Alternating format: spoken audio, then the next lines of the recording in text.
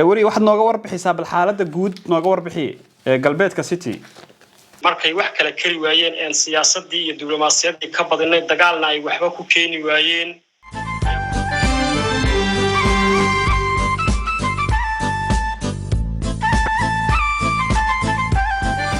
السلام عليكم ورحمة الله وبركاته أد باني سلامي صاحبيال دمانتين ملك صدافها دنيا أد كجوكتين واختيادة كلا ددون أد كو كلا سوغنتيهين برتن أن نغدي هاني سوا على دقن هداد نقول عصبتها سبسكرايب لايك إيا كومنتيكو مركز ديري قليبا نوصا ميان هدي أدنا لجوكتين أد بدو ماسنتاي مانتا وحان خدك نوغو جيره أو نومرتيا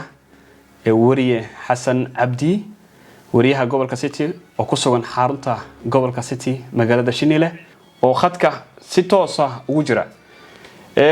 wariye Xasan Cabdi may maqashaa si fiican ma ku maqalay dhaqan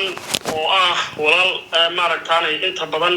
ka sheekeeya danaha guud ee bulshadeena ku dhaqan gobolka city aad baan ku soo dhaweynayaa YouTube kaagana waan soo dhaweynayaa waad maasan tahay wariye waxaad nooga warbixisaa bal xaaladda guud nooga warbixi galbeedka city xaaladda guud ee galbeedka city waqti xaadirkan waxa ka jira abaar aad u baahsan oo lafta dhabarka taabatay iyo colaad ayaa isugu beertay inkastoo abaartu guud ahaan gobolka oo dhan ay aanu ka simanahay oo degmada Shinile oo hadda joogo tuulooyinka hoos yimaada laga bilaabo abaarba an ay ka jirto xoolihii dhamaanayaan gobolka city sanadkan waxa isugu beeray ayax iyo horta soo noqday oo xaalufkii xoolaha waxay cuni lahaayeen dhameeyay kadib roobkiina dib ayuu u dhacay guud ahaan abaartu inta maaragtaanay guud ahaan xaaladda guud abaarta gobolka city waa laga siman yahay abaartaas waxa uu sii daran waa galbeedka gobolka city duunyar iyo deymeed oo xoog lafta dhabarka ay taabatay biyo la'aan baahsan ay haysato heelashu ay ku yar yihiin roobku ka raagay wax gurmada aan haysan oo xoolihii hadda laga dul talaabsanayo arintaasi kulay saaxiibka oo la joogana si fiican buu noogu faahfaahin doonaa xaaladaasi iyadoo jirto haddana waxa gobolka ku soo kordhay arintan go'aanka khaldan ee guddiga doorashooyinku dadkaasi dhulka deganaayeen oo ku sheegay isagoo maaragtaanay haraagii kooxii TPLF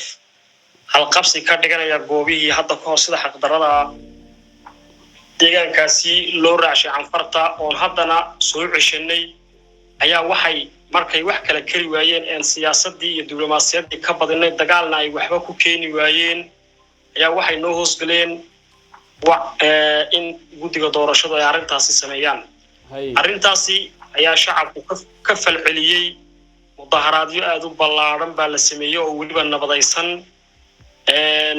waa la cambaareeyay sagaalka degmada tuulooyinka dhammaan magaalooyinka gobolka city iyo degmo iyo tuulo loo sameeyay walina ma joogsan oo u socda ilaa inta go'aan kale laga helayo oo war kale oo shacabku ay ku degaan laga helayna waxa laga warsugayaa waa mas'uuliyiinteena qaaliga ugu horeeyo madaxweynaheena Mustafa Maxamed Umar iyo madaxweyne ku-xigeenka oo ku sugan waqti xaadirkan Addis Ababa shacabku waxay filayaan in madaxweynaha ay war fiican ka keeni doonaan arintaasi waxayna shacabku aad u cambaareeyeen gabadha guddiga doorashooyinka haysata wasiirat Burtukaan la dhaho oo si aad u ballaaran oo deegaanka Soomaalida ah oo miisaan leh ka maaragtaan siday ugu soo joogtay madaxweynuhu warqadii qorayna aad uga cadhooday kuna tilmaamay in maaragtaan axmaqnimo ay arintaasi tahay shacabkuna ayna har iyo habeenna weligoodna ka daali doonin arintaasi qaab ay ugu soo jawaabtay madaxweyne arintaasi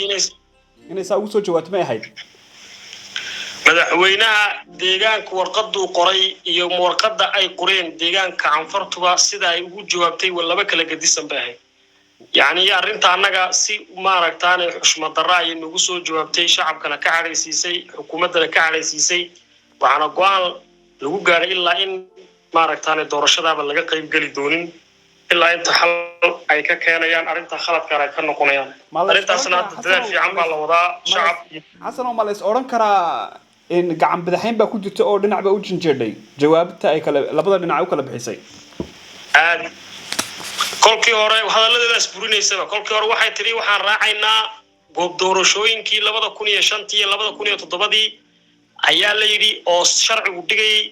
in cadayti cundufo iyo garbaciisa deegaanka Soomaalida ay ka codeynayaan baa go'aan la soo saaray oo maaragtay arintaasi markii arinta la soo saaray ay biyaankaasi sheegeen ay cadeeyeen ayaa waxa dhacday in marka Soomaaliya la joogo Itoobiya horta wuxuu yahay dibi cad oo dibi madow ku dhex jira weeyaan sax arintii ayaa deegaanka Soomaalidu waxa imika arintaasi loo gaaray oo nadishay waa Soomaalinimada iyo waa Itoobiyaan maahin wax dambiyana maahin sax marka waxa weeyaan deegaanka Canfartu waxa weeyaan nin garsoora ku ah oo garsoorigu la jiro waad garan kartaa saameyntu yeelan karo waxa qoraalkan diyaariyay waa nin Canfariya oo guddiga doorashooyinka ku dhex jira ayaa diyaariyay gabadhana ka saxeexay Soomaalidana u tusay in ay xamar iyo Muqdisho ka yimaadeen oo Itoobiya ahayn oo arinta taas bay Itoobiya oo dhan wada aaminsan tahay marka taas baa shacabkeena dishay marka arintaasi wax la qorsheysan maxaa u qorsheysan Soomaalida maadaama oo Itoobiya iyo Soomaali haduu qowmiyadda Soomaalida haday Itoobiyaanka kale ay isqabsadaan hadii dhanka kale soo wada marayo Soomaalida maxaa u qorsheysan iyagu isku duubni meena dan wahayn inay isku duubnaadaan dhinac wax walba ay dhinac ka wada joogsadaan arintaasi dhinac baa laga wada joogsaday waxa weeyaan in hadii arintaasi la noqon waayo doorasho una gali karin sax waxaan wadnaa mudaharaadeen nabadaysan sax laakiin waxa dhibi doonta xilli aan maaragtaanay wadooyinka goyn doono waxaan doonaan sameyn doono hadii arinta laga noqon doono laakiin wali tii lama gaadino Itoobiya waxaan leenahay war sidan waa khalad weeyaan arintan lagu sameynaysan waa khalad hoos loo eega baan leenahay de kolkaas baan kaaga warrami doonaa in maaragtaanay Itoobiya inaan miisaankan ku leenahay in Itoobiya arki doonta oo markaaba la ismuujin ma sha Allah marka wali mudaharaadadina way ka socdaan deegaanka guud ahaan guulooyin way socdaan beritoona way sii soconayaan ilaa salaasada wixii ka dambeeyana insha Allah aan baajinaa warfi aan baan rajeynaa beritoona insha Allah taala arintaas yaa sii socon doonta bariis ninta uma samrayna ra'iisul wasaarihii iyo maaragtaanay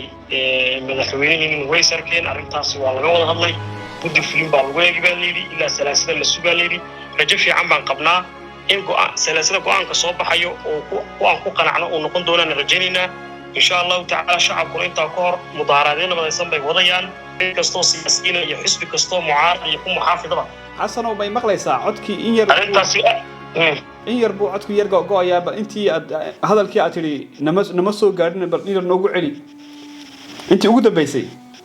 rag hadduu ka dhinto way dhashaan laakiin taa ka dhula hadii la qaato dib ku soo noqoto marka arintaasi arin aan fudaysanayna maahin waanan halgankeyguna uu sii soconaya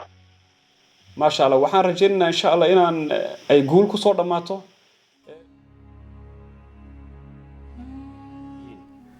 bartan aan naga dheehanaysa waa cali dhaqan haddaad nagu cusub tahay subscribe like iyo commentigu markaas dhiirigelin bay noo sameeyaan